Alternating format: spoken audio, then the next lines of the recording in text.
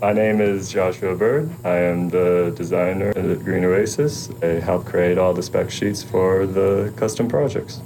As a small business, to try to start manufacturing your own product is, there's some pretty large cost barriers there in terms of just the cost of molds and things like that, and just, getting a factory to run the machines and all that for injection molding or other processes. One of the cheapest manufacturing techniques is vacuum forming. So we had an opportunity to get a used vacuum forming machine from the 1950s, but it still works like new with the new pump in there and everything. And with that machine, we were able to prototype the options for various things we need in-house to make the business run more efficiently. To start off, we're making these vacuum form trays just to create efficient system to transfer the plants from when they're in our nursery to the on-site location where we're installing it on a beautiful live wall. Instead of having the techs only be able to carry 2 plants at a tray from a van to the site, which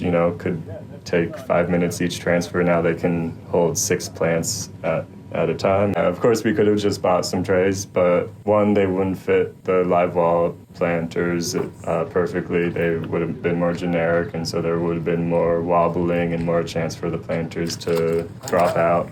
We looked at other plant trays that nurseries we sourced from use. As a starting point, we started 3D printing the negative mold for that.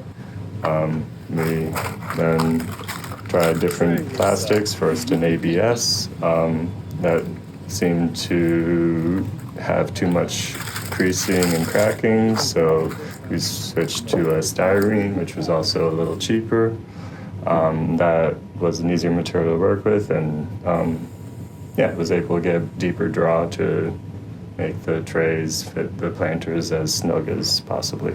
As an industrial designer, my goal is always to create products that will make people's lives easier and more happier and create more efficient routines. So these trays are a perfect little example of that, just making this small thing of installing plants onto a live wall just a little bit more efficient. But, every little thing you do adds up in the end.